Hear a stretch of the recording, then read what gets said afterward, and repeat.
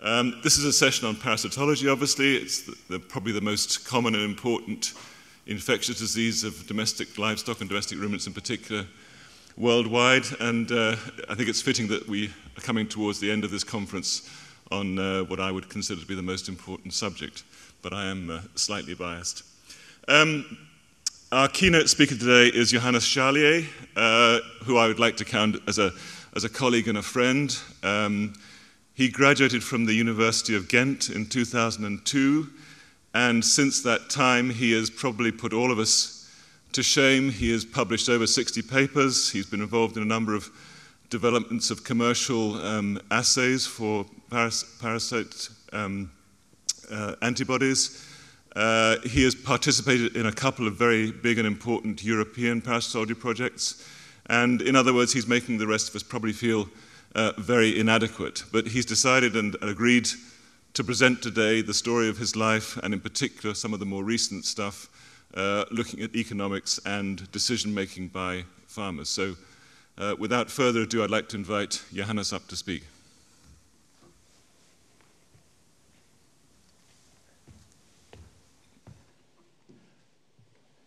Okay, so this is not going to be a scientific talk. It is not going to be a scientific talk. So what's it going to be about? This is going to be a talk about conviction. And I'm going to tell you a story why. When I graduated, when I started studying veterinary medicine, I wanted to become a vet in practice like anybody else. I wanted to get my boots dirty, go out to the farms, and contribute to healthy animals and happy farms. However, when I graduated 6 years later, I felt too insecure. And I was thinking, if you're going to let me out to the farms and go out and let's cure those animals, this is going to be a disaster. Luckily, over the studies and over the years, I encountered this other thing called parasitology. And this really started to intrigue me, because there you had all these wonderful creatures and all these great life cycles and all these creatures with all kinds of magnificent forms. And you could see them with your naked eye, unlike bacteria and viruses, which, to be honest, I still sometimes wonder, do they really exist? But anyway, so I started doing that from project to project, 1 year, then 2 more years. And I grew better and better. And by doing that, these worms, they brought me everywhere, from Canada to South Africa to Cuba. And I grew better and better. And then, at the top of my knowledge, it stopped. It stopped. Why? Because I had not been able to convince my funders that my research was important. Because I had not been able to convince my university that what I was doing mattered to them, that it made a difference to them.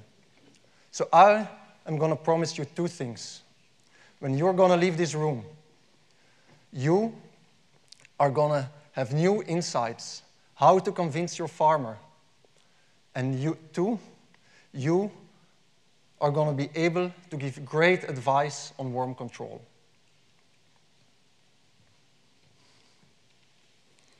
And this is how it all started. My first working day.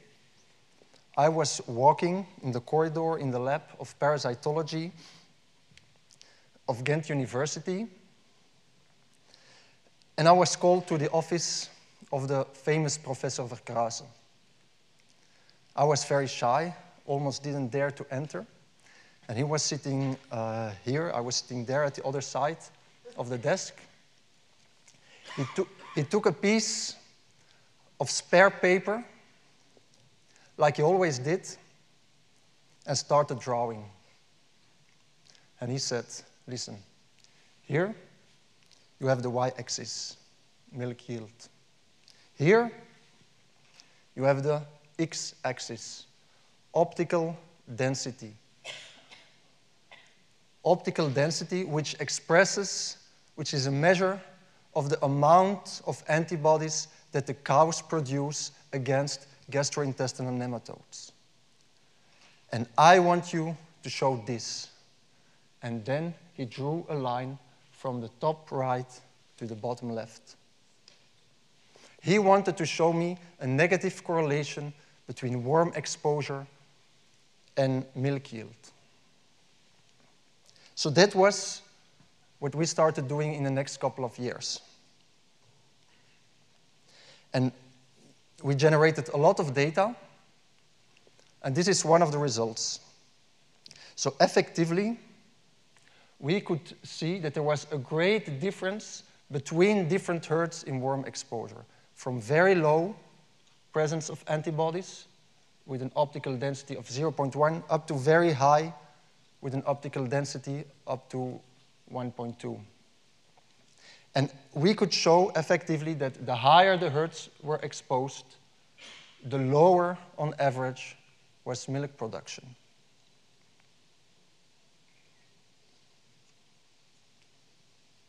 Now, in the next couple of years, we continued on that approach, and we included other parasites, for instance, and we repeated similar work for liver fluke and lungworm, which is very recently. And we compared, using the same approach, medium-infected herds with medium uninfected herds or uninfected herds. And for instance, in the case of liver fluke, we found a difference between medium-infected herds and medium uninfected herds of 0.7 kilogram per cow per day. Now, very recently, it's not published yet, we also did this for lungworms using the ELISA developed in Hanover. And we found a difference between medium-infected herds and uninfected herds of 0.5 kilogram per cow per day. So that means even if the animals do not have clinical symptoms, still there can be an important economic impact of the parasites. And now I want to show you something very important. And I'm going to go and grab it.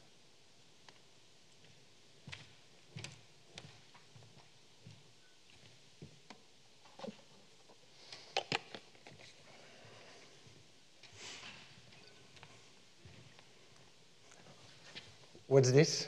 What do you see? Milk. How much?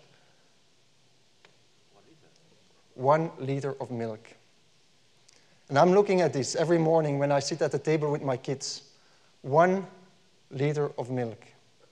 By smart worm control, on average, we can gain in production 1 kilogram milk per cow per day. Now, I'm looking at that. And I'm thinking,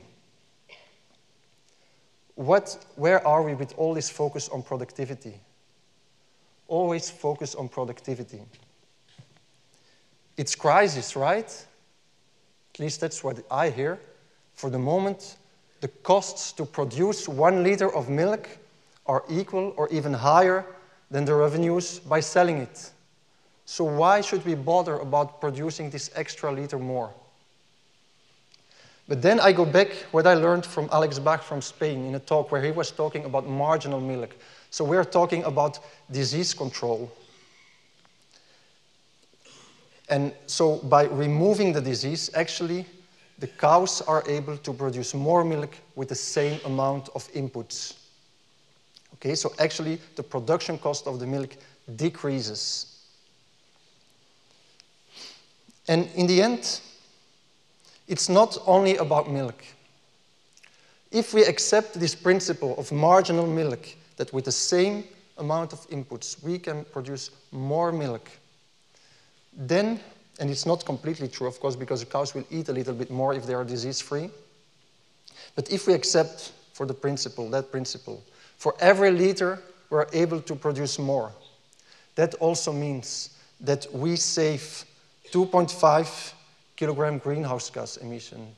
That means we save 144 liters of water. Now, for an average herd of 100 cows, that means that each day we save a trip from Dublin to Poland.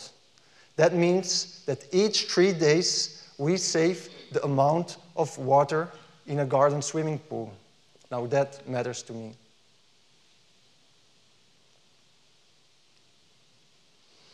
Let's talk about costs.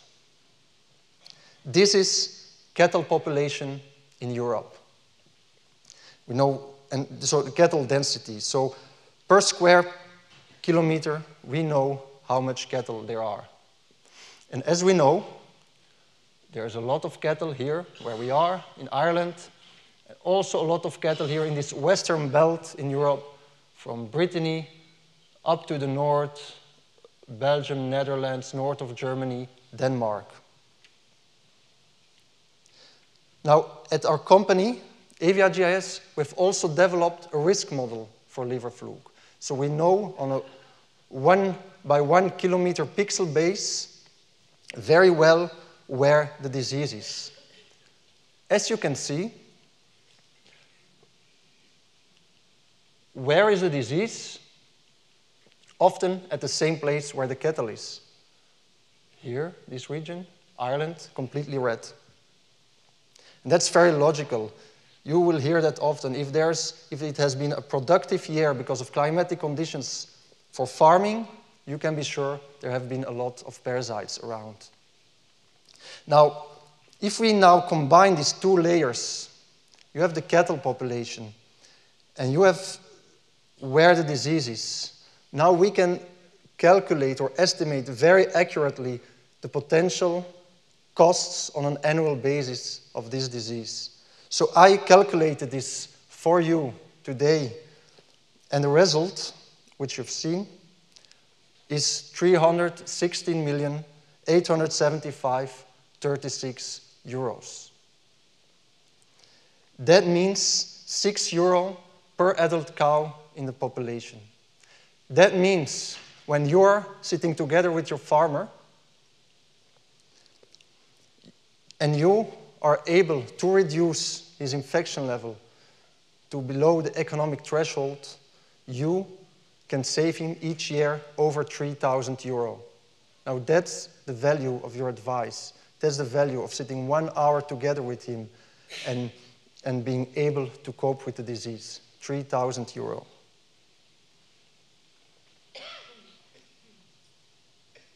Okay, so let's get our boots in the manure, hands out of the pocket, and look at the tools we have and the advices we can give.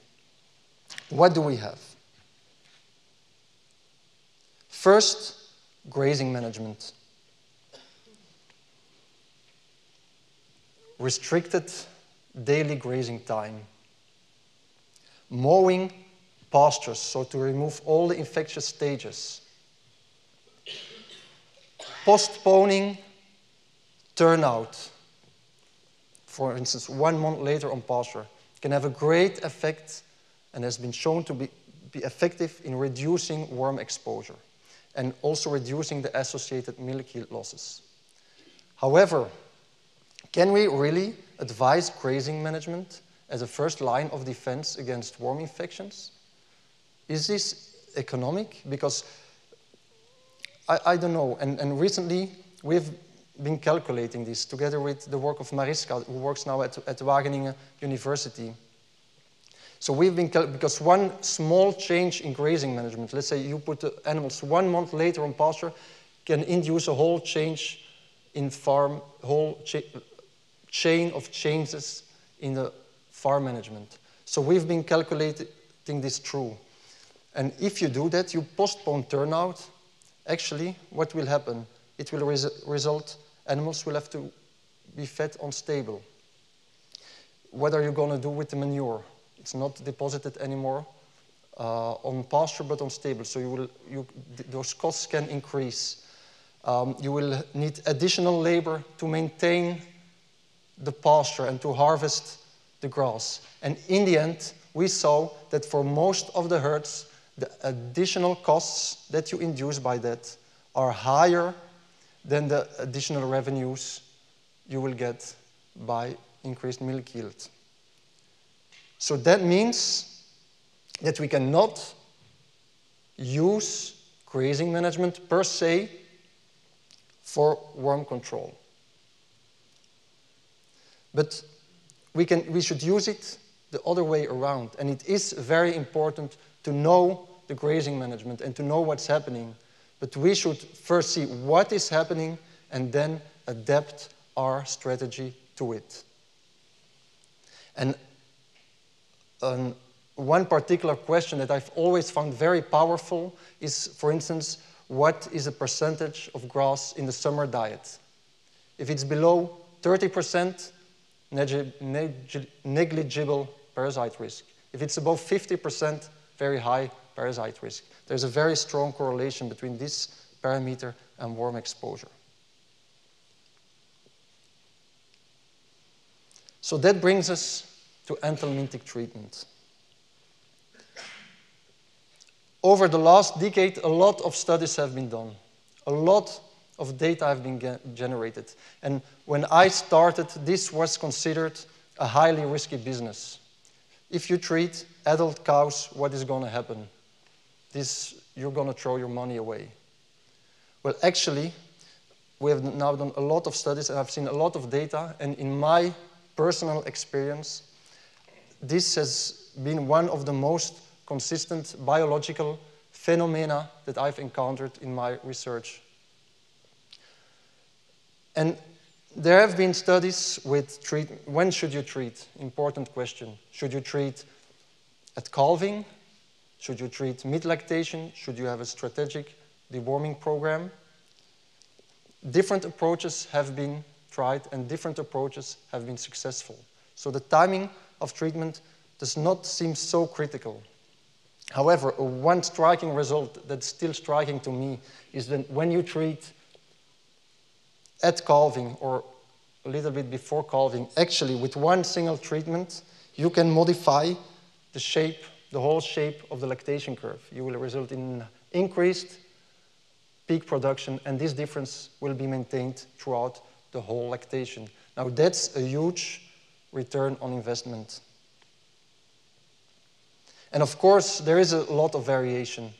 There are still farms where it's not going to have an effect.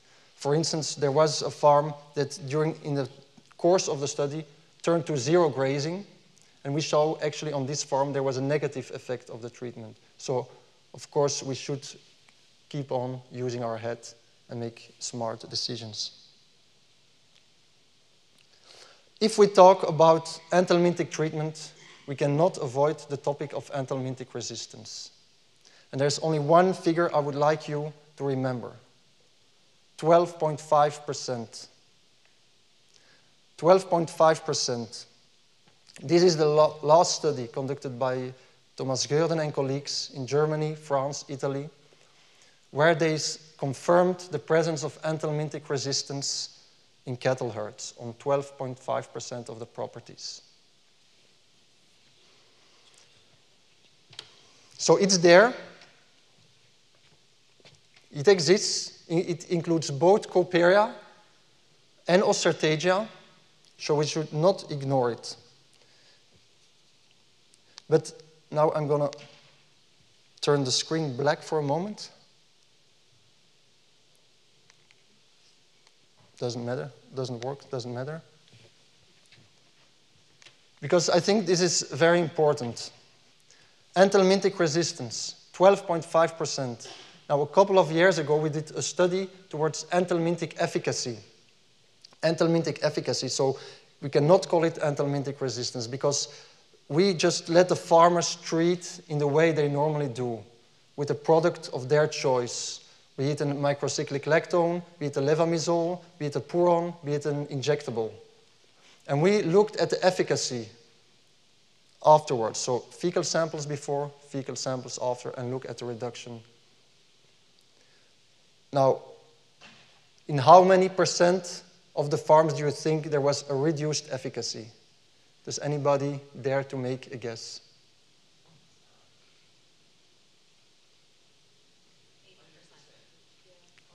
Sorry? 100?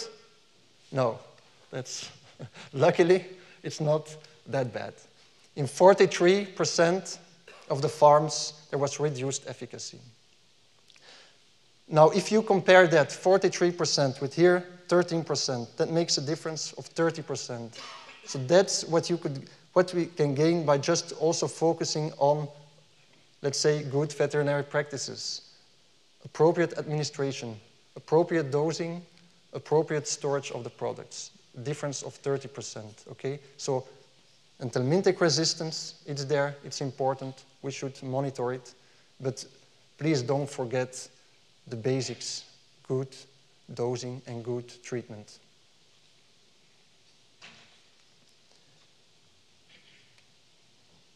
So that brings us to the ideal worm cycle.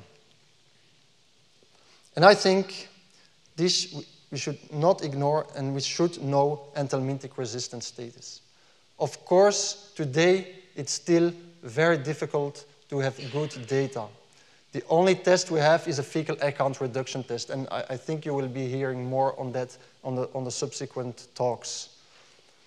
So you need to take samples before treatment, let's say of 10 animals, 10 animals again 10 days after treatment, and compare the reduction. Now, that's a lot of work. We are doing work. Can we pool samples? Yes, likely. We can use more sensitive tests to increase the reliability of the test and reduce the variation, but still, it's quite cumbersome. But I think the least that we should do is once every 2 or 3 years, take samples post-treatment and see if there's still X around post-treatment. If there is, let's say, if you see an EPG higher than 100 post-treatment, that should raise some alarm bells. Something was wrong. Okay? I think that's the least we should do, and that's not so much effort. Now, if we have information on which drugs and how good they still work, we need an additional layer of information. Current helminth risk. We can use the grazing management information. It's essential. We can use bulk tank ELISAs. We can use pepsinogen. We can use coprology in young animals. And if we have those 2 layers of information, we should decide on a targeted selective treatment strategy. Treat as little as possible, but as much as required. And of course, here, the real challenge is, do we have indicators to select individual animals to be treated? For the moment, we don't have very strong indicators that really can pick out the individual animals to be treated. So if you have ideas, or if you find that, you can go and prepare your retirement in the Bahamas, because you will be in. So once you decide the treatment strategy, we should, of course, monitor performance. Is there an effect on animal performance, but also is it feasible, and can the farmer be compliant to the advice? And then we close the cycle and repeat the cycle every year and make adjustments. Okay.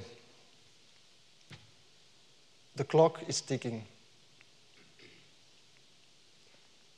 Why? We have all this great advice and knowledge to offer, but who's buying it?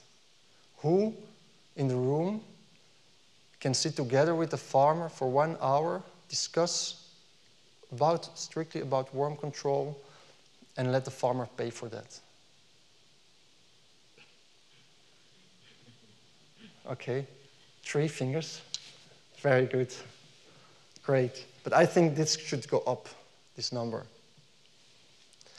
So we're sitting there, and how can we convince him of the value of our advice? One thing that could help is economic models. So we've been working on that, and some of them are available on this website, parakalk.com. And this is one particular model where we simulated the effect of 4 different treatment strategies. Treatment, we treat all the cows at calving. We treat only the cows with an increased ELISA result, including the first calf heifers. We treat only the cows with an increased ELISA result, but without the first calf heifers, or we treat the calves at stabling.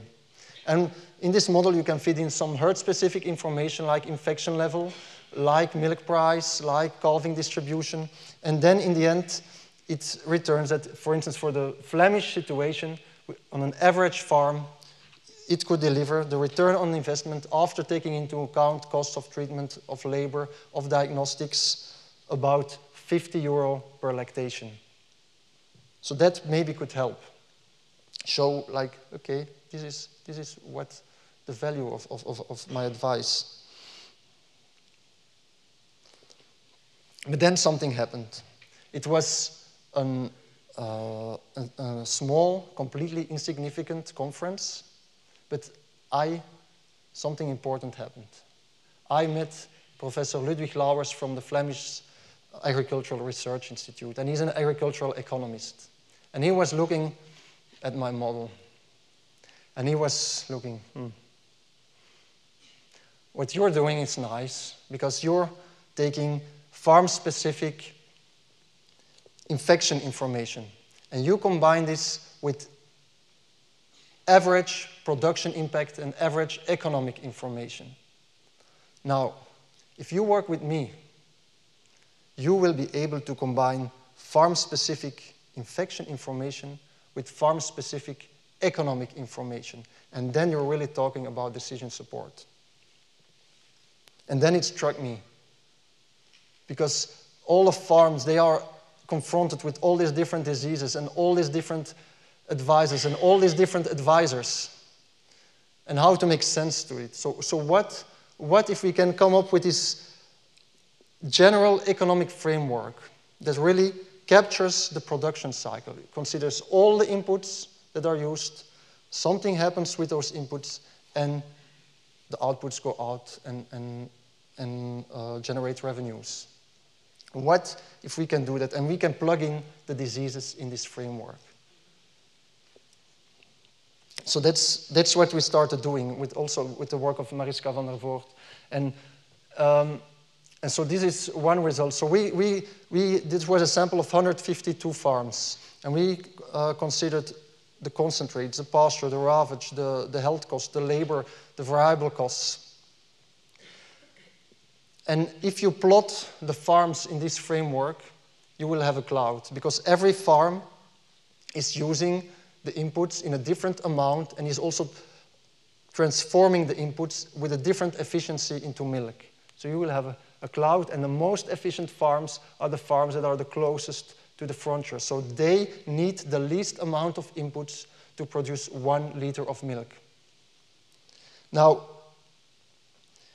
we could show that farms with a reduced worm exposure need less inputs to produce 1 liter of milk. And especially the efficiency of pasture, of labor and health costs were affected. Now, the next question is this for every farm? So we divided the sample in 3 groups. There was one group far from the frontier. So this is an inefficient, these are farms that are inefficiently producing. They need a lot of everything to produce 1 liter of milk. And then you had 2 efficient groups. Group 2, so it's close to the frontier, but it uses a lot of concentrate and few pasture, so also at a low level of nematode infection. And then you have a 3rd group, also efficient, but they also still are pasture-based, so have a higher infection level. Now, what we saw was that actually in this inefficient group, we could find no correlation at all with infection level. While in the other 2 groups, even if they have a reasonably low level of infection, there was a strong correlation between level of worm exposure and efficiency. So what that suggests is really in these inefficient farms, even if they have a high worm burden or infection level, it does not deliver any value to focus on worm control. It's not going to bring this farmer anything, and please, he has far more important other problems to deal with. However, if you're talking with an efficient farm, even if they have only a moderate or reasonably low level of infection, advice on worm control could deliver that last little piece to become the fully efficient farm.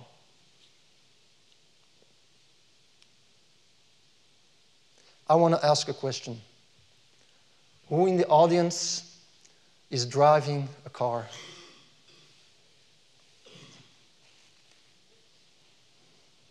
Okay, that's a lot. The second question. Who in the audience is driving a car of the brand Dacia? Okay, one. Thank you for being so honest. Now, how can that be? Everybody is having a car and almost nobody drives with a Dacia. If you read the magazines, they're ranked in the top of all reliability assessments. They're the most cheap car in their category. And nobody's driving it? That shows most decisions are not taken by the head. They're taken somewhere by the heart and by the feeling, even for a utility vehicle as a car. So that means just showing the economics is not going to do it. We're not going to convince. You're not going to convince your farmer. So that means we need to include socio-psychology. We need to understand the core values and key drivers of our farmers and frame our messages within those key values. Is it the attitude? Are there some barriers, even physical barriers? Is it the economic benefits? Is it the risk perception? Is it the opinions of others? Is it the perceived control, the way the farmer perceives he can deal with a problem at his own without needing additional help? All these factors can make the difference why he does something or why he does not something. So we did a survey. We did a survey on 600 Flemish dairy farms, and we wanted to find the reasons what is going to decide if they're going to make a diagnosis before taking an anthelmintic treatment decisions. The severity or the susceptibility of anthelmintic resistance, no effect at all. So no use of coming up with a story of a smart professor who showed that the anthelmintic resistance prevalence was 12.5% and is going to increase in the future. It's not going to work. However, opinion of others and attitudes towards diagnostics had a significant effect. So that means if you're talking to an aspirant top farmer, you're going to use an example of another farmer he's looking up to and show how they're making the diagnosis there. If you're talking to a profit maximizer, you're going to dig up some economic model and show how much every day he can gain by smart worm control.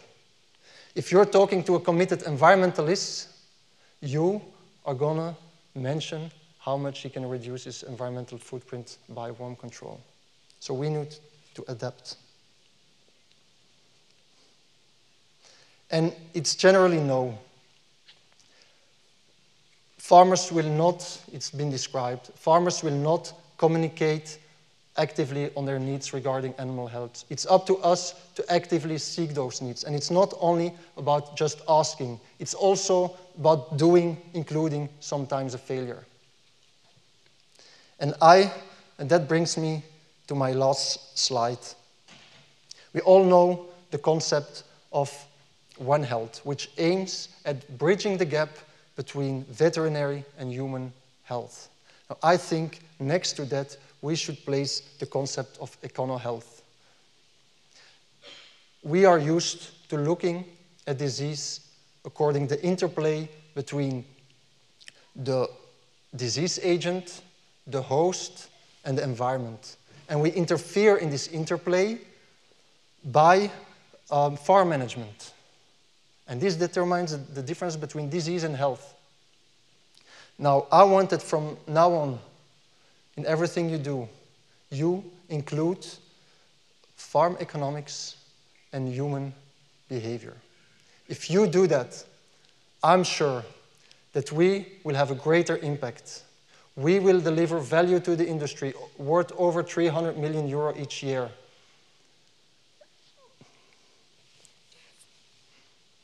And we will contribute to healthy animals, happy farmers, and resilient farms. So please go out, use the tools that are there, use bulk tank ELISA, use economic models, and share your experience. I thank you.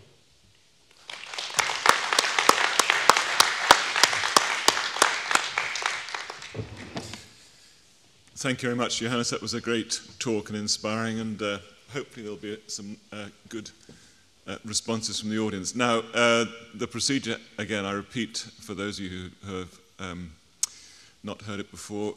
Questions, please wait for the microphone to come to you. That's so that we can hear you and so that the interpreters can interpret the question. Please, if you can, give your name and affiliation. But don't worry if you are too shy and want to keep it a secret. We'd still like to hear your question. And so I open this discussion to the floor now.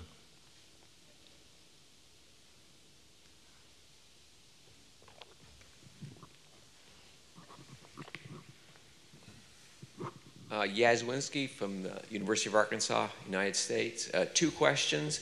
What is the status of long-range anthelmintic intervention in your cattle, both beef and dairy? Is there a long-range macrocyclic galactone or whatever that's being used over here? And secondly, you showed the number of farms that have resistance. Is that resistance across Cuperia and Ostertagia? Are you showing Ostertagia resistant to any anthelmintic class?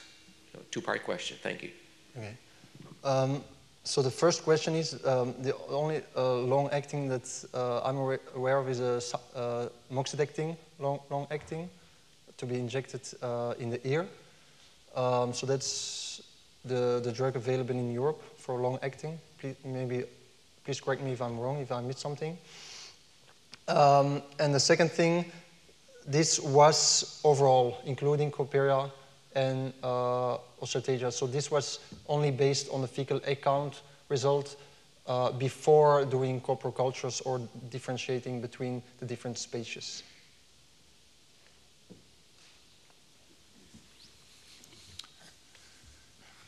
Thank you, Johannes, for your nice talk. Probably I misunderstood, but about the influence of pasture management on prevention of parasitology problems in a herd. Of course, we all know that parasitological infections are mainly happen in autumn. So the second part of the summer is the main problem. Main problems occur, and then that's so. Probably we should think about getting cows out earlier and housing them at the moment of the start of the problem. So probably getting out in April and housing at last at the half of September. So that's a strategy to prevent management of to prevent parasitological problems and to reduce. So please, could you comment on that? Yeah. So I think you have to differentiate here between the species. So so in general, the length of the grazing season can be an important criterion, and you can do that by postponing turnout on pasture in spring or advancing the housing towards the end. Now, if you talk about gastrointestinal nematodes, the most effective is going to be what you do early in the grazing season, because just postponing turnout by 1 month will result in a completely different buildup of contamination on pasture, okay? And will determine that at the end of the grazing season, the pasture contamination level is lower than if you wouldn't have done that.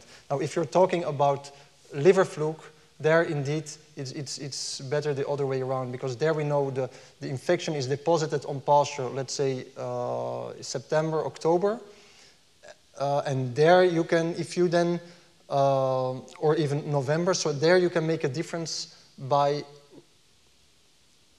putting the animals earlier on stable. So for me, it depends on the infection you're dealing with.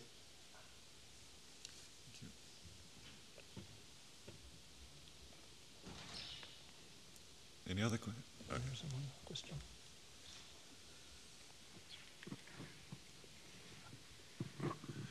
Yes, thank you for thank you for the great presentation, and of course I liked it a lot because it was about economics. But I'm wondering a little bit, you brought up the efficiency analysis, where you can really integrate economic performance of a farm with the predictions. And what you showed was looking backwards, right?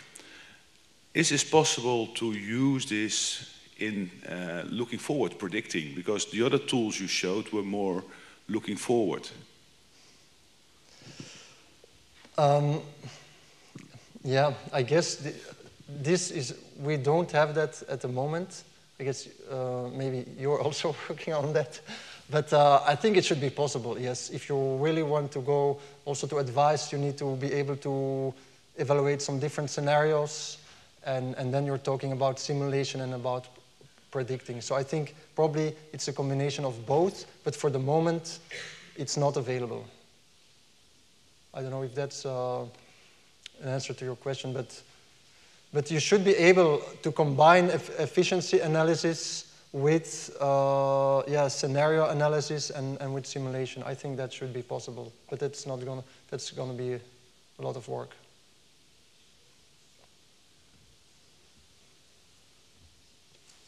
Question.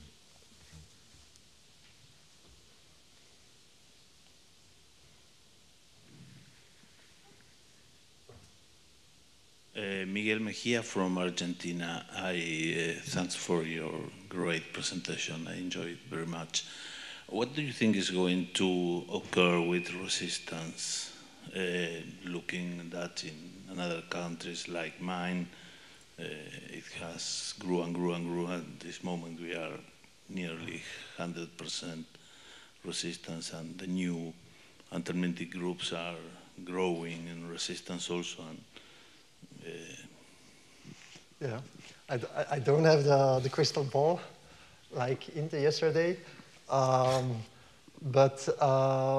so it's something we should be aware of, and we should be dealing with it now. So it's there. We know it's there. It's not, at least in Europe. I don't know in your country, but it's not at the moment not giving clear problems. Nobody is complaining yet because of Anthelmintic resistance. So I think this is the right time, because now we monitor it. We should monitor it. We should be aware, but we should. So that's the targeted treatment approach. Treat as few as possible, but as much as required. And I think that's the only thing we have for now. There is work on vaccines going on, but still, this is not going to be for tomorrow. This may take another, maybe, I don't know, 5, 10 years. 5 years would be optimistic, probably. So there's things going on, and I think when it's really a problem, there will be solutions. I mean, I'm very optimistic in that. If it's really a problem, also industry there will be a new market for new drugs, so there will be more incentives for new developments. But we should now deal with what we have and take really care of the products we have. I don't know if you have a comment. Well, I think you have big resistance, because 12% measured by fecal count implies when you see resistance with fecal counts, implies that you have more than 25% of alleles homozygous in the population. So you have a lot of resistance. And we were in that place 10 years ago, and now it has gone all over the country and it's terrible. Yeah. So my comment is try to convince farmers and to show how important is the resistance and to work at this moment, because in a couple of, I remember 4 years ago when I talked with you and with Professor Szaswinki, they said we have no resistance in our country. And now you said we have 12%. And in 10 years you will say that's high. We have 100%. And we lose the battle. We are losing the battle every day with parasites. I am really afraid because this year is the year where benzimidazoles also are growing and making a big resistance in my country. So we are really losing the battle, and I am afraid, and that's why I try to share with you. I'm sorry if I am emphatic, but we are losing. So you are in a great position to convince farmers and people that you need to make something. You are at time. Yes, but yeah. I think, I'm sorry, I'm going to have to call this. We can talk about the ever-present subject of anthelmintic resistance during the coffee break, I think, but we have to move on to the next speaker. Thank you very much indeed, Johannes.